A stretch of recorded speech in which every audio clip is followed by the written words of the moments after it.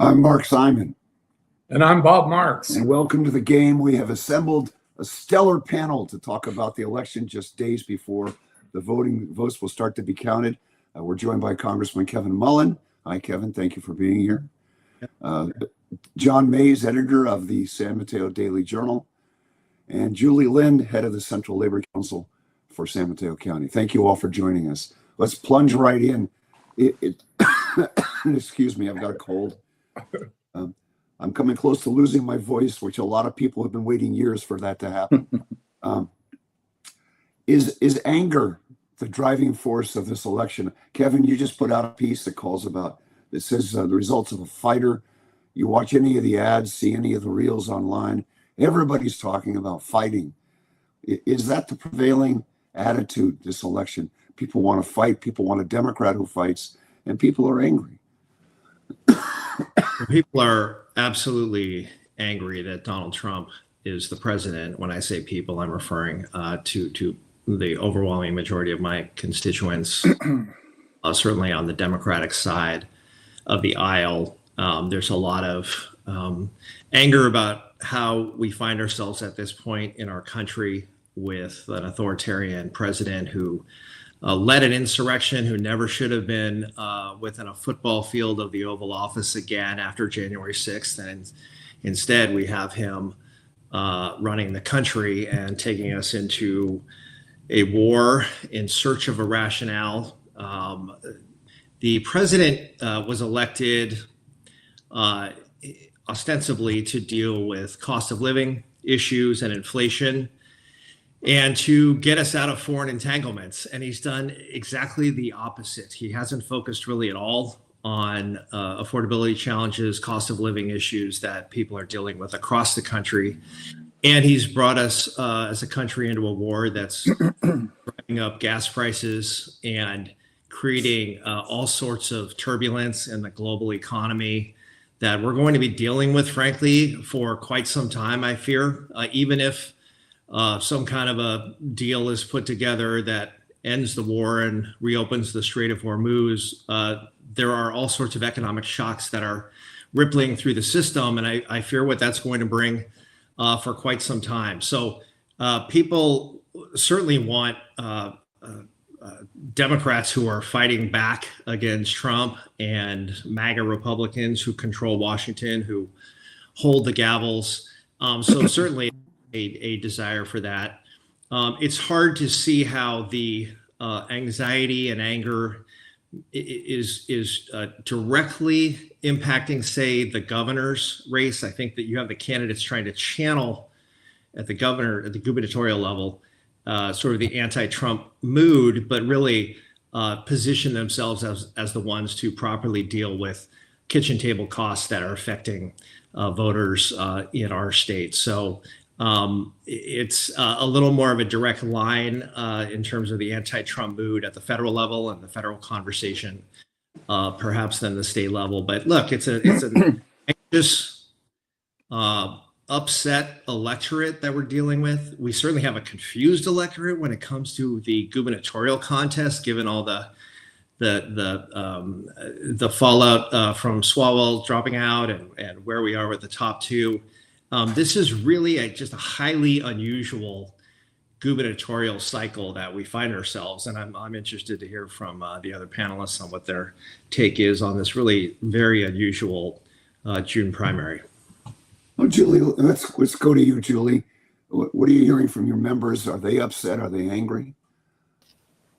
To the congressman's point, that, at least on my end, is showing up more on the federal level, or when I speak to colleagues that represent not blue states. And then in California, as the congressman referenced the gubernatorial election, the conversations that I've been having with people that have reached out have been of the Democrats, because for a good chunk of folks, there is no top line candidate. They didn't feel that somebody rose to the top that they were really passionate about getting behind.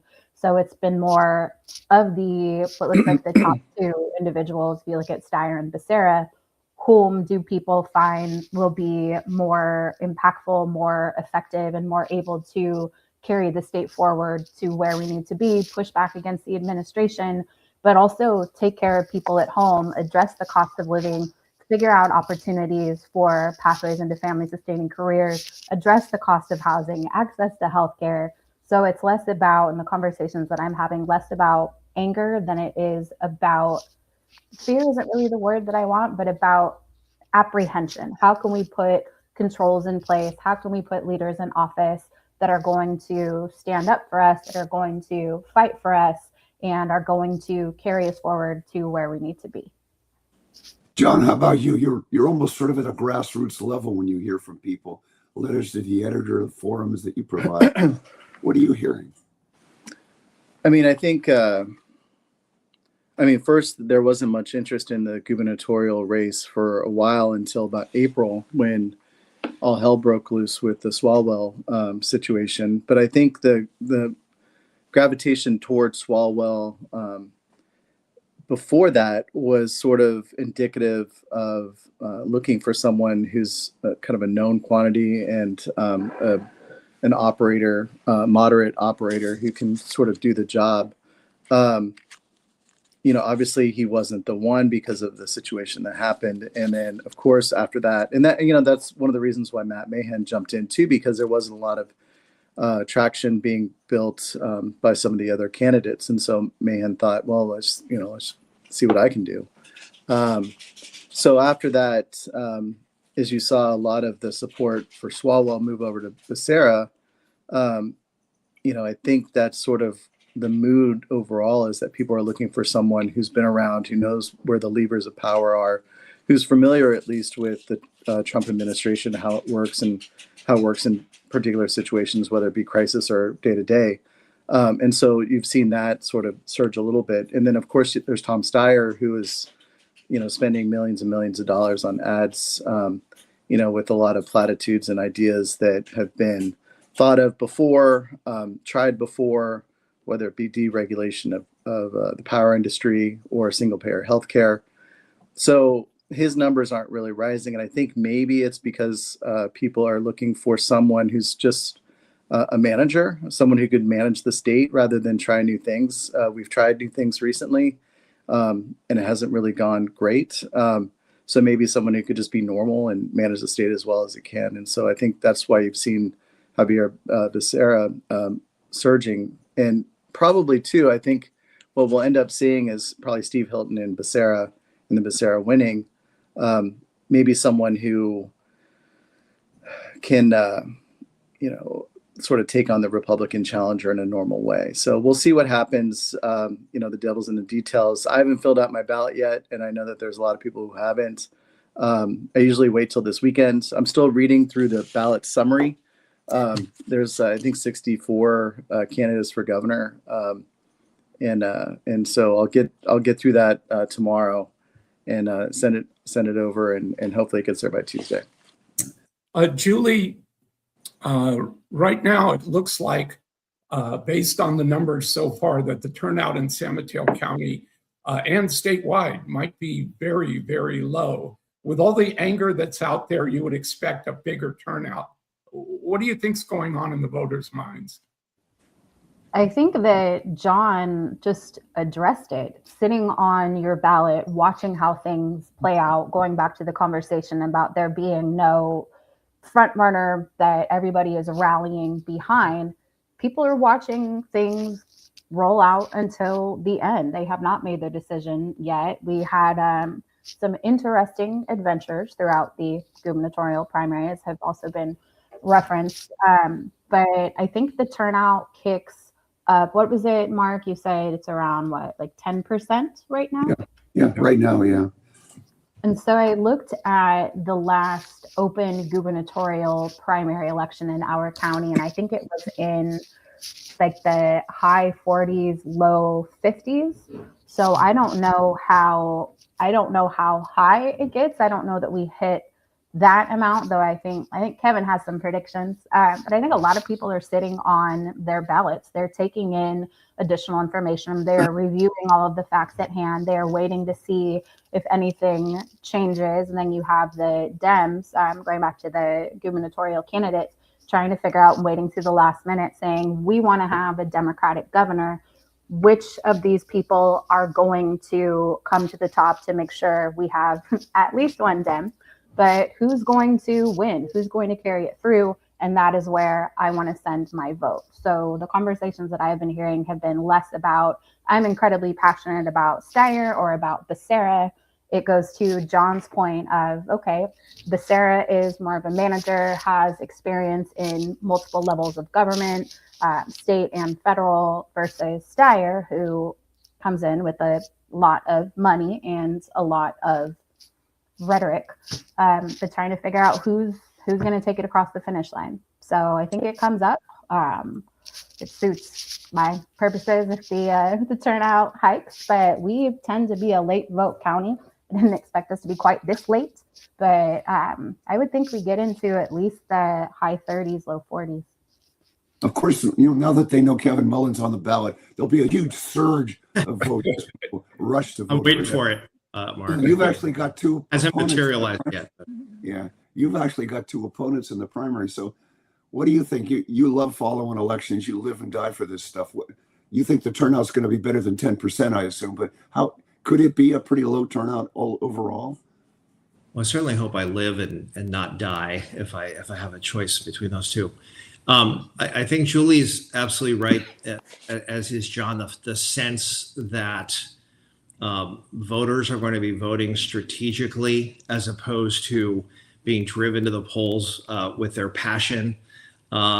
I mean, look, let's just talk about this for a second. So Tom Steyer is now at $216 million in attempts to purchase a spot in the top two. It is amazing to I'm me old how much money he has spent, and he doesn't seem to have made anybody like him any more than they already did. Right. And, he has been able to move the number. I think he's, we started off in single digits and is now, anywhere between 15 and 18%. So the money has bought him something, and he is not out of the equation just yet. But I'm just kind of stunned by the amount of money. I shouldn't be. We are the land of multimillionaires and billionaires, but it's been really interesting to see somebody who is a self-funding billionaire been able to garner some progressive support and some labor support. I'm old enough to remember the Al Checkbook-Checky election, and usually self-funders kind of disqualify themselves among Democrats in a sense. But we are in a different world, and Tom Steyer is sort of presenting himself as an outsider. But I have been really fascinated, just as a political practitioner, to see with the Swalwell departure, as John talked about, sort of Becerra really popping up pretty quickly to inherit some of that Swalwell support. In fact, the most interesting number I found with the PPIC poll that came out was Becerra's at 32% in the Bay Area. He has really consolidated Bay Area support, and he's an LA guy. But I think maybe Bay Area voters are really sort of gravitating towards somebody who's a mainstream candidate for governor who could sort of run up the middle against the Republican, ensure that we have a Democratic governor come November, but also the Latino support. I'll be fascinated to see when we crunch the numbers after the primary. He will be, if he's successful in November, the first Latino governor of the modern era, certainly. And the Latino vote in California is significant. It will be, I think, probably a combination of really running very strong in the Bay Area without another Bay. And I'm sort of leaving Matt Mahan aside here. He's at 4% in the latest poll. He really never caught fire outside of San Jose, and maybe not even in San Jose. Smart guy, nice guy, but just was never able to get significant support in his backyard and in other counties around the Bay. But somehow Becerra has been able to consolidate that. And it'll be interesting to see if that was a central part of his strategy to really move the needle in the Bay Area. And I'm certainly biased here, but I think the Bay Area winds up picking our statewide office holders for the most part, given the level of turnout we have in the 9-county Bay Area and the ability to sometimes consolidate significant support in the Bay Area. So, Steyer's going to get his number in the Bay Area. But it's pretty clear that Becerra's in the driver's seat at the moment. But again, lots of late deciders, lots of folks holding on to their ballot. What's weird about this, and I know I'm filibustering here just a little bit, but we've got a situation where we're concerned about the post office and, frankly, attacks on voting by mail by the president, and concern about postmarks. You know, the laws, if the ballots are postmarked by election day, they count. But the post office has put advisories out about the potential inability to postmark on time. So at a time when we want people to be voting early, they're holding onto their ballots. And my hope is that people find those vote boxes. Don't just assume that if they drop it in a regular mailbox, it's going to be postmarked. People are going to have to take that extra step, those that are holding onto their ballots, like John and myself. I haven't voted yet. That we actually get our ballots to those vote centers and or those vote boxes, the red, white, and blue boxes around the county. We know that those will be tabulated and counted. John, whoever wins the race for governor, talk about the issues they're going to be facing over the next few years. Sure. I mean, it's the same issues we're facing right now. I mean, we have budget problems left and right. We have an over-reliance on capital gains. The top 2% of our population pays for most of our taxes. That's something that probably should be reformed at some point. There's Prop 98 guarantees that haven't been that have been messed with a little bit. Overall, school officials are fine with that, but there's a number of changes to the curriculum. There's also the changes to the superintendent's office and how our education oversight is done. That's a big one. Finishing up high-speed rail is a big one if that ever happens, but it's been worked on. I hear also they're talking about a high-speed bus, so maybe they're trying different things to at least get something done transportation-wise. In the Bay Area, we also have our transportation tax that we're talking about and making sure that our transit agencies are solvent. If the tax doesn't pass, how does that work, and how does that work with the state? It all goes back to the budget. The budget is such that I think we have ongoing debt obligations. We have, although this term has been retired, the wall of debt. We still have the wall of debt. But if you talk to anyone from the budget office in Sacramento, they say they don't like to use that term anymore, but it's still there. And it's something that we need to address overall. So if there's enough room in the budget to do the things that we want to do and to make sure that we can handle it, people talk about the impact of the federal government on local governance as well. I think that's an issue that's ongoing. It's definitely more pronounced and maybe people are more aware of it now that Trump is president, but I think it's always an ongoing issue dealing with making sure that we get the federal resources that we deserve. As a donor state, we provide more taxes than we receive. How do we do that? I think Kevin is familiar with that and has worked on that in his tenure. So that's something that we have to deal with, and working with different federal officials to make sure that we get that money that we deserve for the amount that we pay. Julie, you certainly, in your role with organized labor, went through the ups and downs of this primary. There is a ballot measure that's been submitted to the Secretary of State. It's entitled Undo the Top Two. What do you think about the future of the jungle primary? You think it's a good idea to go back to just partisan primaries? I'm going to be very honest. I have not spent time to ruminate on that extensively. I will consider doing so beginning on approximately June 3rd, as there are only so many things that can maintain space in my pointy little head at one time. So yeah. I don't want to just pull stuff out of my tush. So I will defer to the congressman on that. I think that actually your unwillingness to speak an uninformed position Yeah. I think this qualifies you as a guest on this show, but Mr. I got Congressman. plenty of things I'll pop off about, Mark. This just isn't it. So give me Okay. time. Mr. Congressman, what do you think? So I'm probably not going to take a position on that until it qualifies for the ballot. It's interesting when there was all this panic about two Republicans getting through.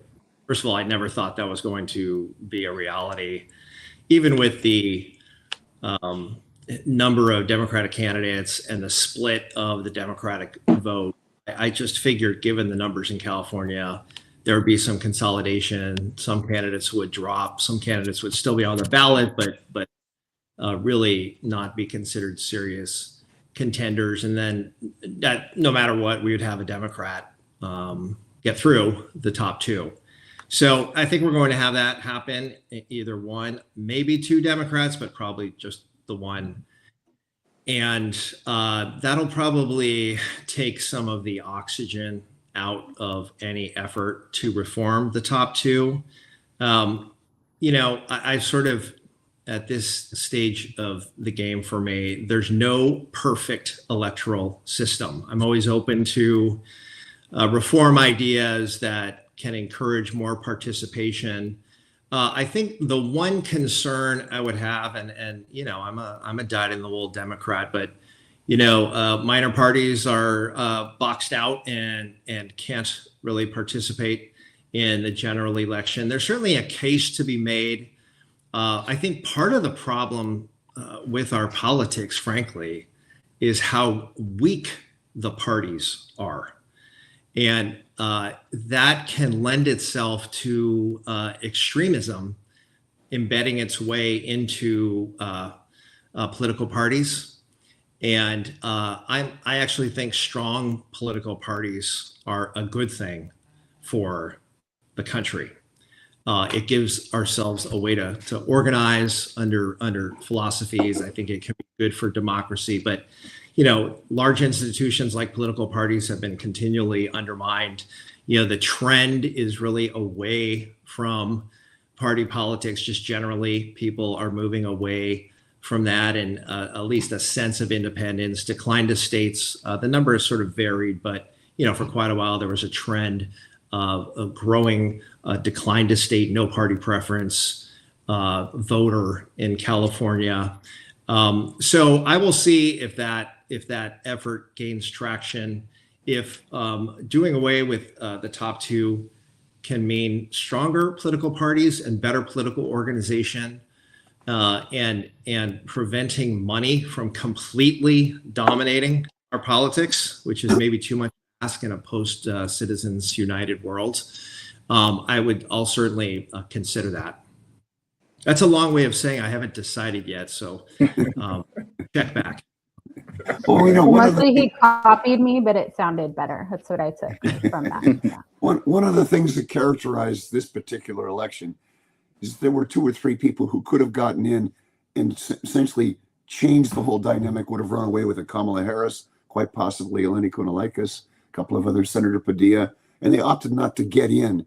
What do you think is behind that? Why do you think they didn't want to get in? Because it's not often you have an open race for a governor's seat. It's such an odd turn of events. I guess the answer is that they were all different circumstances. If she ran for governor, Kamala Harris might not be in a position to run for president 2 years from now. But John, what do you think was behind that? Well, I wanted to just say what I thought about the jungle primary, if I may. I think it's fine. Just leave it. The idea was to smooth that out a little bit so we get more moderate candidates versus the extremes. I don't know if that really played out, but just because the Democrats had a scare at one point, do we have to change the whole system for that? I think just leave it as it is. And Becerra is going to be our governor, so why not just relax with that and just kind of proceed and maybe try harder when it comes to the primary to make sure you have a solid candidate that can kind of blow people away. As far as Kamala Harris, I think she wanted to run for president. I think Padilla likes the job. He's probably going to be in that job for a while, more than 8 years. And as far as Kounalakis, I think she tried and didn't get any traction. So it just was a matter of circumstance for those two. And then Adam Schiff, of course, wasn't interested. And he just got started with it and has been kind of forming into the role that Dianne Feinstein had as far as being the infrastructure senator and sort of working with a lot of different parts of the state. So I think there's a lot of work to be done at the Senate level, and both of our senators are interested in staying there. And I think Kamala probably has different ideas in the governor's race. So we had what we had, and that's how it goes. And so we'll have a pretty left of center moderate governor for the next 8 years and see how that goes. Well, and in fact, to your point, Becerra is probably the more moderate of the candidates that are in the top tier. So maybe it is working the way it's supposed to. Let's talk a little bit about the national scene. Kevin, let's start with you, because it's clearly important to you and to your colleagues that the Democrats take back the House. You alluded to it earlier. There's a New York Times poll that just came out. Nobody likes either political party. The negativities for both parties are remarkably high, the unfavorables. How do you overcome that and win back the House? Or is it just that you sit back and let President Trump and the Republicans self-destruct? Well, I wish it were that simple. It's not. However, midterm elections are a referendum on the governing party.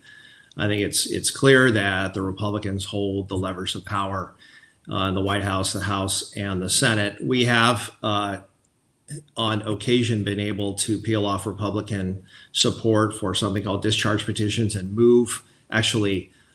push items to the floor and put them before the full House as a minority party. We've been effective actually using those levers, but there's nothing like having the gavel and controlling the flow of business.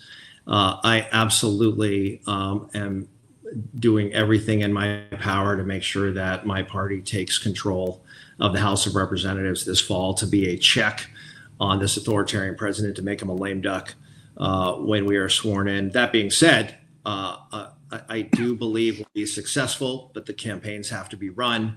We have to present not only an anti-Trump message, but a message around cost of living and actually addressing people's concerns, starting with healthcare and restoring some of the cuts that were made there. But the wind is at our back. I wish the election were tomorrow. It's not.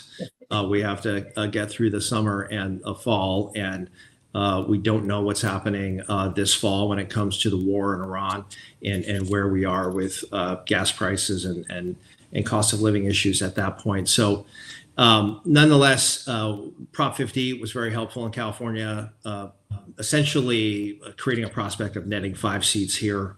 I think the larger concern I have, just beyond this election, I know we're doing an elections sort of preview here, we are, with the Supreme Court undermining Section 2 of the Voting Rights Act, essentially eliminating race as a consideration in the drawing of districts. You're going to see cycle after cycle of map redraws in the state, at the state level, starting with many red states in the South that will, I have no doubt, make attempts to eliminate some of the majority African-American districts in the South to try to maintain power on the Republican side of the aisle in red Republican states. You're going to see a counteroffensive in blue states, which I certainly support, because the reality is we have to counter what's happening on the right with a Supreme Court that is frankly politicized,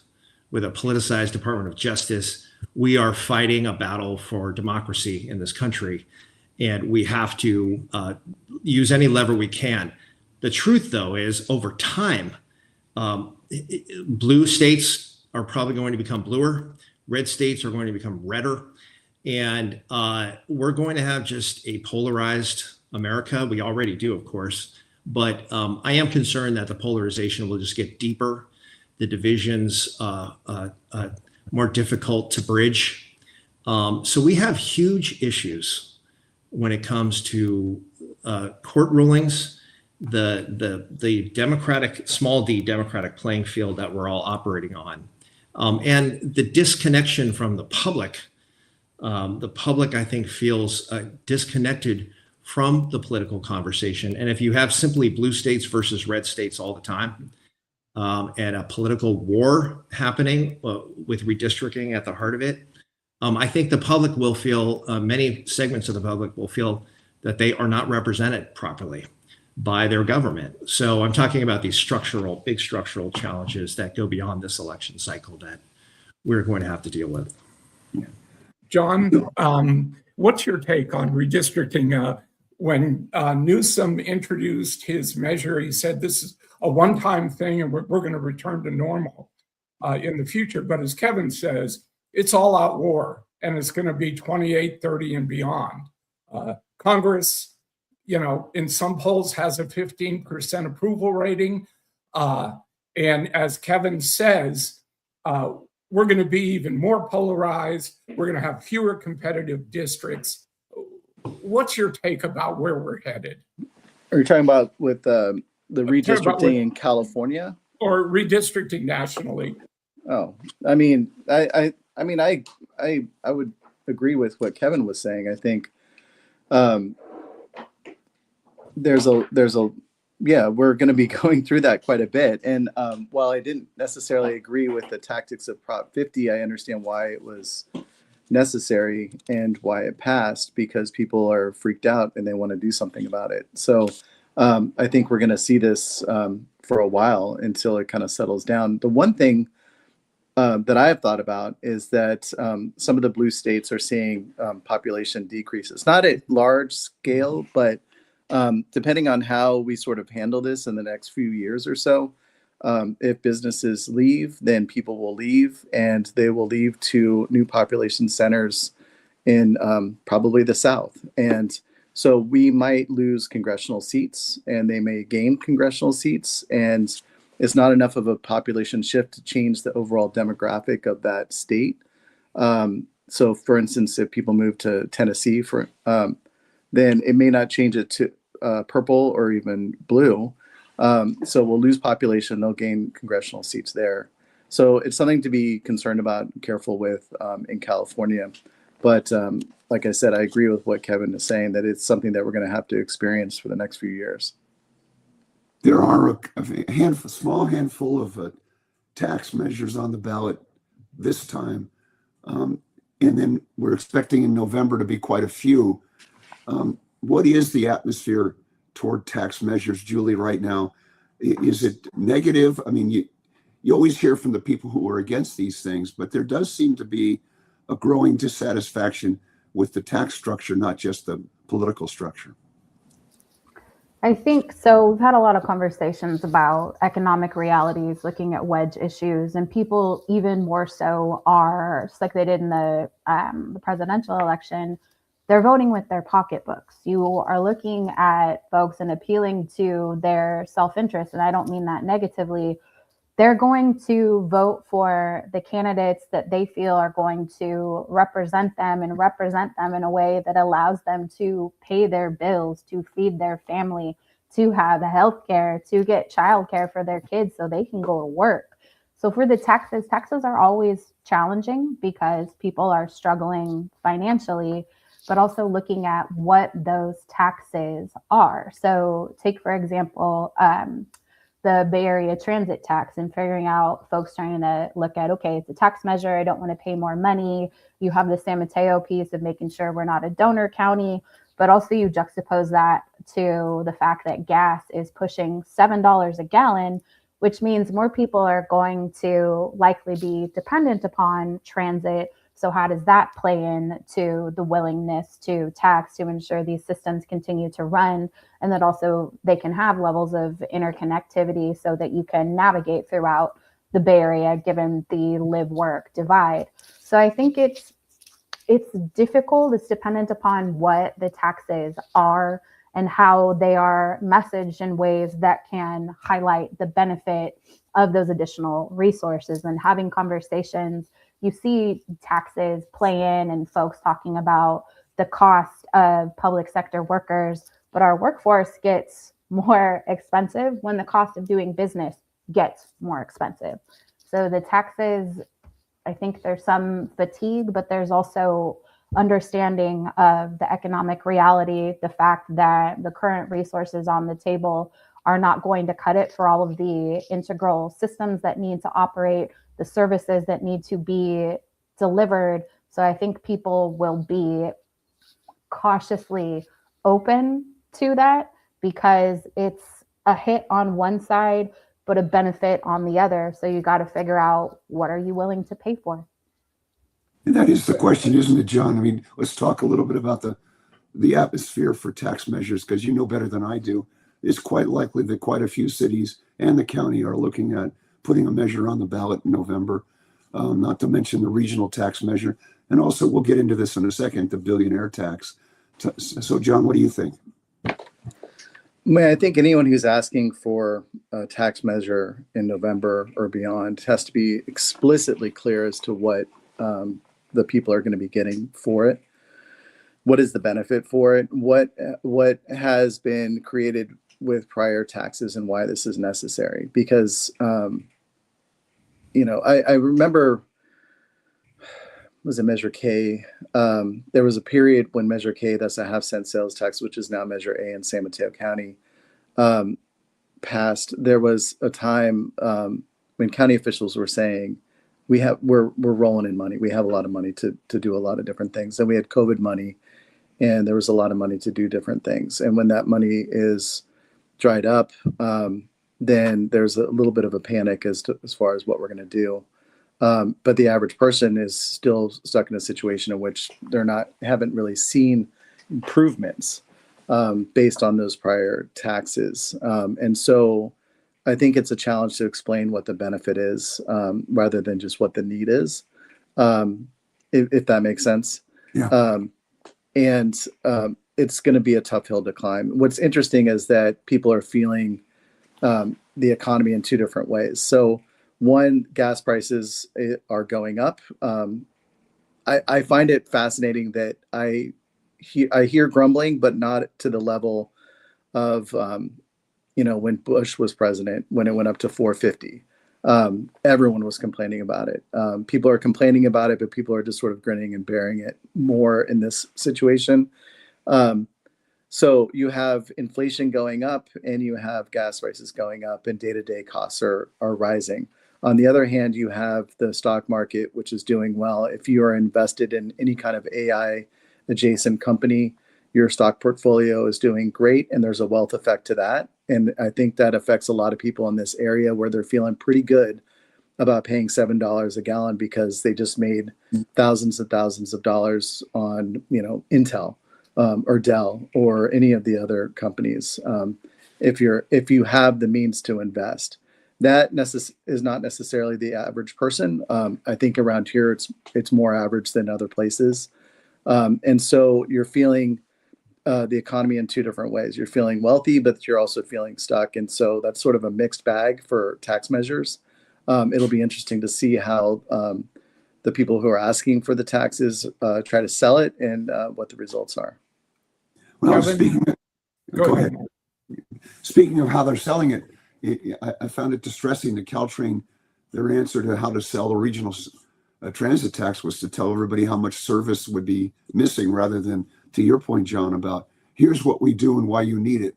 And, I mean, it's unfortunate that people, cuts are threatened. I mean, they're trying to be realistic about it, right? But really it's, people are, there's a certain extent that you can go when you're saying, here's what we're going to do to you rather than for you. I think the messaging has to be, what can we do for you? How can we make your life better? How can we make the lives of your children, your community, your family better overall? If you think on those terms, generally speaking, as a person, right, you're going to be a successful person, right? You're going to have a successful measure. How can we make things better? Not threatening people. It's a bad move to threaten people with anything, right? Especially in politics. I mean, you should be trying to make people's lives better and listening to them and listening to their concerns and incorporating those concerns into your activities. And so, there's a little bit of a disconnect and everyone on this panel knows when it comes to regional transportation and the local user, there's a huge disconnect. And how do we connect those two thought processes? I don't know. I mean, try harder, I guess. Well, speaking of threatening people, there are 214 billionaires in California, Kevin. It looks like it's almost a certainty that the billionaire tax is going to qualify for the ballot.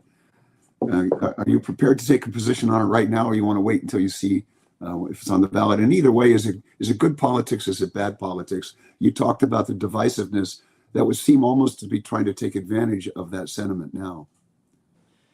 Yeah, there's no question. I think that the groups behind the billionaire tax, the wealth tax, are trying to channel that billionaire feeling and the sense that I'm falling behind while others are getting ahead, and just really the extreme wealth that is being built at the top. I just think when it comes to this kind of policy, I'm generally not a huge fan of making fiscal policy at the ballot. Certainly when it comes to local measures, when the federal government is not providing enough resources, or the state government, locals have to step up and put measures like the regional transit measure on the ballot.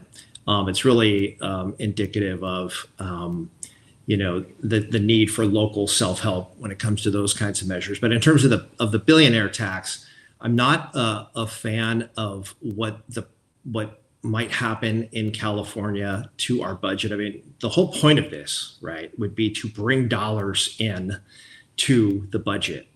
I want to really look at LAO and other analyses of what the potential hit would be to the budget if billionaires move out of California. Look, we rely on capital gains. We rely on wealthy income owners. Those at the top really drive the state budget. And these are the geese that lay the golden eggs that fund all of our public services. If I could be assured that those individuals wouldn't hide those dollars and change their primary place of residence relatively easily, as some have already done, I'd be more open to it. What I am open to and would be openly supportive of is a more progressive federal income tax structure, and returning, say, the corporate rate at the federal level to where it was the last time we had a balanced budget under President Clinton with the Deficit Reduction Act in 1993 that cost some Democrats their seats. But the corporate rate was 35% at that point. It is now 21%. And look, we are home to some of the most robust, dynamic corporations in the world right here in our backyard in San Mateo County. So I'm certainly aware of the value in terms of employment and wealth generation that these companies have. But the reality is we have an income tax structure that has really enabled great wealth at the top, tremendous wealth inequality, a shrinking middle class, and lower socioeconomic classes that are really, really hurting in this country. The question is really, do you want to make that a policy at the state level or the federal level, and that you're better equipped in terms of what the impacts would be to do that work at the federal level? Now, the politics aren't aligned for that to happen. I'm going to have to, if the voters would allow me, stick around long enough where we have a majority and a Democratic president to actually move some of these progressive policies forward. But I think, I certainly understand the frustration and the anger and the impulse to do it at the state level, given that we are the land of billionaires. I get that. But we need to think about what will this do to the state budget over time? And it's going to be very difficult, though, to analyze how many of these billionaires will move out of California. That's going to be very challenging to sort of get our hands around. Certainly get the impulse, but we need a more equitable tax structure, certainly at the federal level, which is where my focus is, of course. If I could jump in here with that, I agree with a lot of what Kevin said. I think the 21% corporate tax rate for certain businesses, especially in California and high-cost areas, have been beneficial. There's a lot of small businesses that are LLCs that benefit from having that lower rate. But I think that we could sort of change some of the corporate tax rates if there are employees of a corporation who are receiving public services in any form, that there be an additional tax to pay for those public services. And it could be based on how much income those corporations are making, because I think if you're not paying your workers a living wage, then perhaps then you don't get, or you have to pay additional taxes to pay for that. Also, I think if you were to raise the capital gains taxes for C-level people who are making over $1 million a year, that they pay income tax at maybe a 42% at the highest rate. I think 42% is the highest rate, or 40% is the highest. I'm not sure. At the highest rate, rather than the capital gains rate of 21%. That way, you can realize some tax revenue from them without overtly taxing them just for being billionaires. But you're basically paying at the highest rate overall, rather than the lower rate, because a lot of the CEOs will sell stocks at the capital gains rate at 21%, and that's how much their tax rate is. Whereas the regular folks are paying up to 40%. So I think if you shift that a little bit, then you can realize some tax revenue that way without really sticking it to them. Julie, when you were on the show a few months ago, you were very strongly in support of the billionaire tax. I assume that hasn't changed, but are you concerned, to Kevin's point, that it will drive away people who are actually contributing to the state budget and contributing to the tax base? So I would less so say I was fervently in supportive of the billionaire tax, because I was very clear to not take a position at that point, as my position will be driven by the position of the California Federation of Labor Unions, who will not have a position until July. That being said, I think that we do need to have an approach that is exponentially more equitable, because if you look at, to John's point, that regular folks pay about 40% of their income in taxes, the billionaires in the state of California paid a collective 0.2% of their net worth. So there are some challenges there.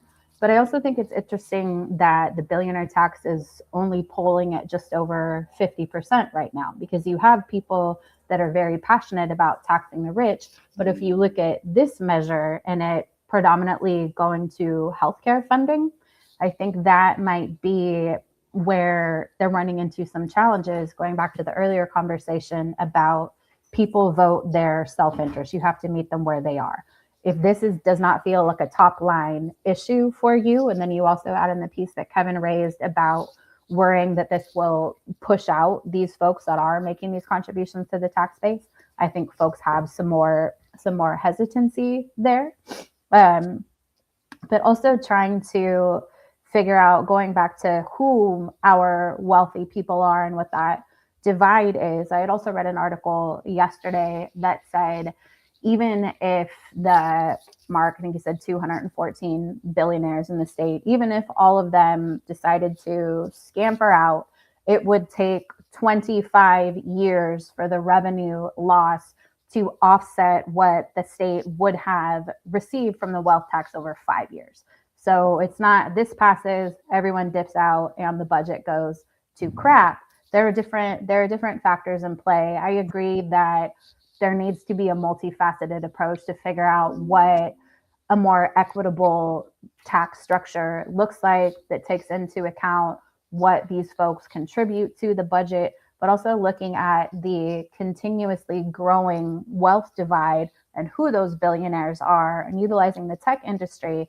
I get the warn notices for our county. I got a warn from Facebook, I think 3 days ago, 2-3 days ago, that they are laying off over 2,800 people between our county and Santa Clara County.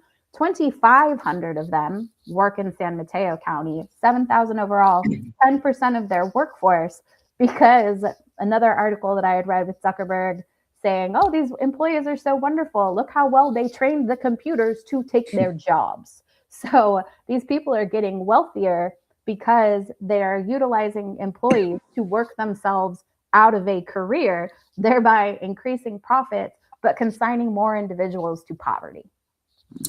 Kevin, I can't think of three people that are more in tune with the local level and what goes on in San Mateo County than the three of you. I want to start with you, Kevin. What's San Mateo County going to look like a decade from now or 2 decades from now? How's it going to be different? It's a county that is in transition. I was just refreshing some data numbers about my own district, which is heavily San Mateo County. I have 15% of San Francisco in my district, the southeastern part of San Francisco, but the overwhelming majority of my district is in San Mateo County, of course. 40% of my district are foreign-born individuals. We clearly are a nation of immigrants. We're a state of immigrants. I represent a district, a very heavily immigrant population, foreign-born population. You're seeing the majority of my district being API, and certainly a growing Latino population as well. It's a county that is going to become more diverse over time.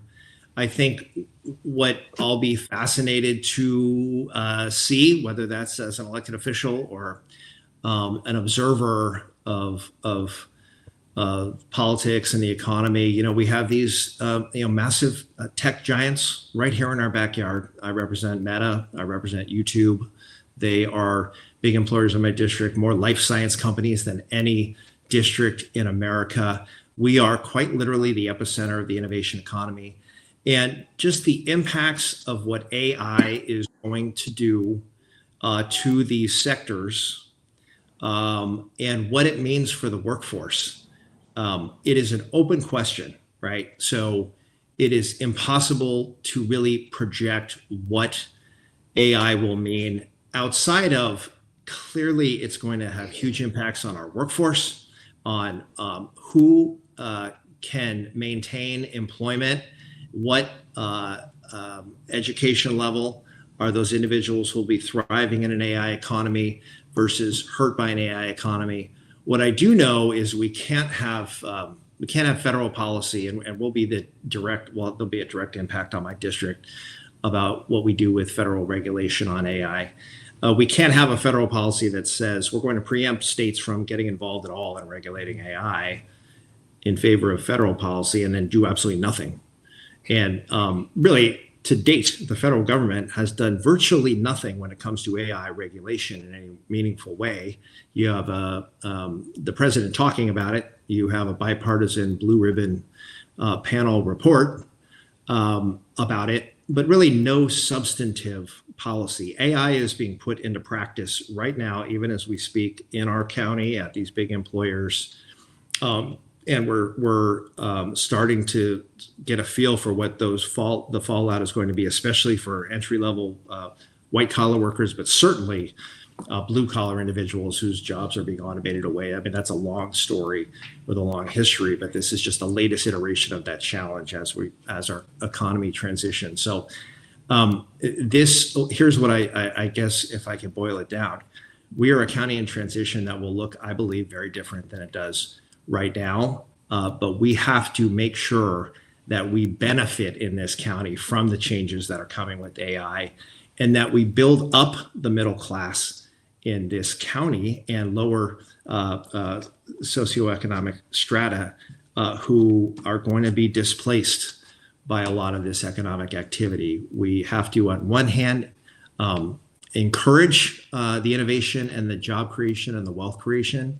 On the other hand, make sure we have policies in place that are really dealing with the negative byproducts of where we're going in this economy, and make sure that we build an economy for everybody, and not just the wealthy and not just the well-educated, but the masses. And that is going to be a challenge for those of us at any level of government. John, what's your take on this? How we're going to look a decade or even 2 decades from now? I mean, I think it will have higher buildings. We'll have more buildings, higher buildings. There'll be more people than there were. I mean, if you look at the history of things, I mean, London, New York were, financial epicenters and still are. and are increasingly unaffordable. Los Angeles, was built in the early part of last century, established as an entertainment center, and, also is largely unaffordable. This area is, tech, as Kevin referenced. Tech biotech is the epicenter of this. There are going to be companies who leave and who move around, and we're not going to be the petri dish as much as we were, 10, 15 years ago after the tech surge. But I think this is going to remain the same. It's not like people are going to leave this area. It's not going to be a ghost town or anything like that. I think it will grow, and I think we'll continue thriving. I think the lower middle class is evaporating, and I think that's a real concern. We have subsidized poor, and we have the ultra rich, and we have the upper middle class. But there's not a way for the subsidized poor to get into that lower middle class. And anyone who's lower middle class, have gone elsewhere. Is that a death knell for this area? Probably not, but it would be nice to have a diversity of population overall and have a transition from poor, lower class economically to lower middle class. And that is usually through home ownership opportunities. And I think that as long as we keep that in mind, then we can be successful for everyone. Julie? So share a lot of concerns that that the congressman had mentioned, particularly looking at rather technological advancements and how those will come into play. My worry is to reiterate what John said. There's a potential for exacerbation of the already sizable gap between the have and the have-nots in our county. When you look at like where Steph Curry lives in Atherton, but then you're going down to like EPA and West Menlo, and you add in these technological advancements that don't center the future of work in workers and folks like the individuals I have the honor to represent are trying to figure out, what does this look like for me? And so what are those jobs going to be, and what are the different access paths going to be? For the Progress seminar last month, one of the panels dealt with AI, and a panelist was talking about his humanoid robots that he was creating, and they were going to do all of the things, and this shall be a companion, and they shall do blah, blah, blah, blah, blah, and take over some more like service sector tasks. So I had asked this individual, okay, so for these individuals whose jobs you are taking away, how do you foresee those individuals existing within this new workforce that you're attempting to design? And the answer I received was that they can polish the robots. So clearly some steps are missing. And because I have restraint, I did not go like jump over a desk and rain holy hellfire down. But that, I think that really drills down a lot of the problem. There's so much focus on what's shiny and new. Look at what these different robots can do. Isn't that exciting? You can have your very own robot in your house. I can't afford a house. You just took my livelihood away. I can't pay for groceries. I can't buy my kid her inhaler. So talk to me less about your shiny new technology and more about how I can continue to live, to work, to raise my family here. So there are no good answers as to how we keep workers centered in these new advancements. And I think that is scary because we see, so you had the congressional approval ratings at like 15%. Labor, we're pushing 70%. So we, in a lot of ways, to a lot of people, we're the face of the fight back when it comes to the future of work, because we are the people representing those at risk of long-term and in ways permanent displacement. So trying to figure out, yes, absolutely more housing. You can't build out, so you got to build up. But figuring out who lives here. And Kevin and I, we have small children, trying to figure out, my daughter is 8. Okay, in 10 years, 20 years, Are you going to be driving or are you going to be teleporting? So just realistically, what does it look like in juxtaposition to now? But my fear is that the gap widens between the have and the have-nots. We have the diversity that we are really rich in here is negatively impacted, again, to Kevin's point, that we are this center of tech, of biotech, and of the types of jobs that may or may not continue. Who can afford to live here and who has access to careers here? So a lot of questions with no good answers, but only the assertion that we, the collective we, will continue to push back, will continue to advocate for responsible guardrails on technology, for the importance of integrating workers and having those human touches and maintaining our, not only our workforce, but really the fabric of our society. Let's wrap up with a couple of predictions, one statewide, one local. Who's going to win the governor's nomination for the Democrats and for the Republicans? And we have a hotly contested race for, of all things, assessor between David Canepa and Jim Irizarry. Who's going to win that race? Let's start with you, John. Becerra and Hilton and Becerra. And for assessor, I'm not sure, but probably Canepa. Yeah. Kevin? Ditto on Becerra and Hilton, with just one eye on if Steyer can somehow nab that second spot with a late close and, you know, maybe another $100 million, but unlikely. And I think, you know, assessor feels like a toss up. I guess if I had to put money down, I'd say Canepa with his experience running. I had to run against David, and he's an aggressive campaigner, and campaign experience matters in these kinds of things. So I think he wins, and I think Hector Camacho is. I'm going to throw another one in there. Hector Camacho is our schools for the county come Tuesday night about midnight. Yeah. Julie? So I would agree with the predictions on the governor, but I'm going to come in a little bit stronger for Supervisor Canepa and his probability of success, and just the approach to the counter campaign and the discussion of experience with Mr. Irizarry. I think a lot of credit is being given to his experience and, frankly, his ballot designation, whereas you have Supervisor Canepa, to Kevin's point, is a very aggressive campaigner. The Labor Council is also a very aggressive campaigner. You have some of the concerns with self-funding that you mentioned for Steyer coming into play with Mr. Irizarry, putting in like $250,000 of his own funds. I don't trust self-fund candidates. It looks like you're attempting to buy the election, and it also tells me you don't have a group of people behind you that are invested in your success and are invested in your leadership. So Supervisor Canepa is working hard. We are working hard. We represent the employees that serve the SMCA CRE. They are incredibly passionate about the opportunity to work with and for Supervisor Canepa versus their current experience with Mr. Irizarry. So I am very excited to see Supervisor Canepa be successful on Tuesday, right around 8:01. Well, on that note, we're going to wrap up. Thank you.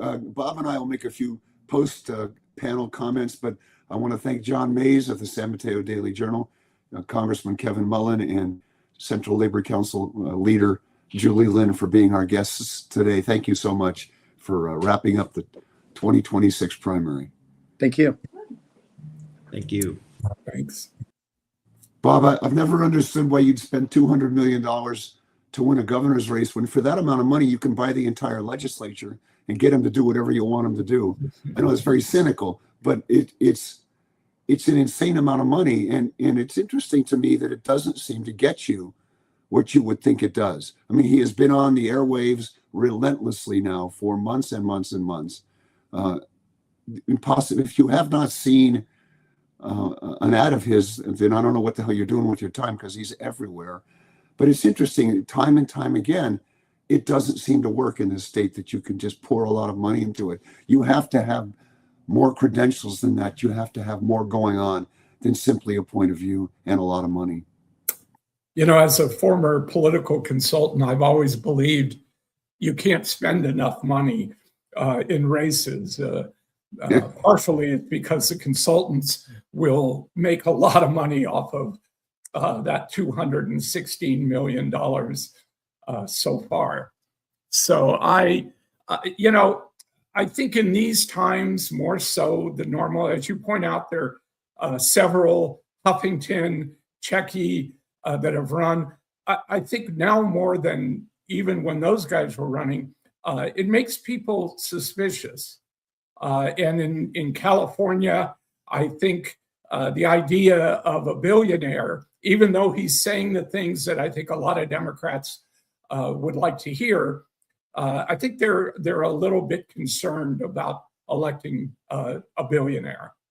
And to our prior discussion about the jungle primary, it may actually be doing what it's supposed to do. In a normal Democratic primary, was just Democrats voting, Steyer would probably be doing a lot better, because we know the June primary electorate would skew heavily toward the progressive side. Right. But in fact, it's clear that the relatively more moderate, the fact is, Becerra is more moderate, except anywhere else in the country. But it shows that it's skewing a little more toward him. And some of it is, I think, the part of our discussion. They just want a sense of somebody who knows what they're going to do and how to do it. Steyer, for all of what he's done, has no experience running government. And a CEO is not the same job as governor. It just doesn't require the same talents. And Julie made a great point, which is, as hard as it is for these candidates to raise money, it speaks to their ability to convince people to do what they want them to do, to walk into a room full of people and convince each of them to give him or her money. That's an important element of success in politics, is persuading people. And it starts with, I'm running for office and I want your support and I want you to give me money. So Steyer's never had to do that. He just simply hasn't had to. So what are your predictions, Bob, to wrap up what everybody else said? Well, I think, the polls have been very consistent over the last 4 to 6 weeks. And Becerra is going to be one of the top two. Hilton is also going to be one of the top two.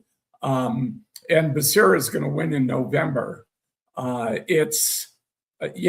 What's interesting to me is how quickly there was a shift once Swalwell was out of the race to Becerra. And I think that was kind of the lesser of evils for a lot of people, more of a safe choice. So I think, again, in November, we're not going to have a very exciting race here in California, but so be it. Well, it is interesting that the prospect of both Hilton and at one point Bianco being at the top of the ticket clearly has energized Republican voters. They're still badly outnumbered in this state. But I noted in my column this week, the turnout among Republicans is higher than it's been 4 years ago, and is certainly percentage-wise that there are more Republicans voting than Democrats. They're still outnumbered 2-1, but meanwhile, turnout among Democrats is down. So it tells me that if nothing else, it's energized the Republican base in a way that might not have been before. It looks like Becerra, the assessor's race is very tough to call for the very reasons people outlined. David Canepa has been aggressively present in the county for years, has met a lot of people. As I like to say, if you didn't meet David Canepa and you were involved in civic affairs in one way or another, it's because you chose not to walk across the room and say hello to him. He's everywhere. That's versus a ballot designation, assistant assessor, clerk recorder. There's got to be a plus, and that's a tough race to call. If I had to pick, I would think that it might be Canepa's turn to win this thing. Yeah, I agree with you. San Mateo County has a long history of voting for incumbents. That's true everywhere, but here we certainly vote year in, year out for incumbents, for assembly, for other races. and I think in a strange way, Canepa is really the incumbent in this race. He's the guy that has more notoriety, and but as I've said all along, the ballot designation for Irizarry is a big plus. I just don't think it's enough to carry him over the top. Mhm. Well, on that note, we're going to be back in a week, and it'll be after the election, and we'll have plenty to chew on and talk about. In the meantime, I'm Mark Simon. And I'm Bob Marks. Thanks for joining us on the game. And of course, we want to give our kudos to our producer, Frank Bravo. Thanks. We'll be around. We'll see you soon.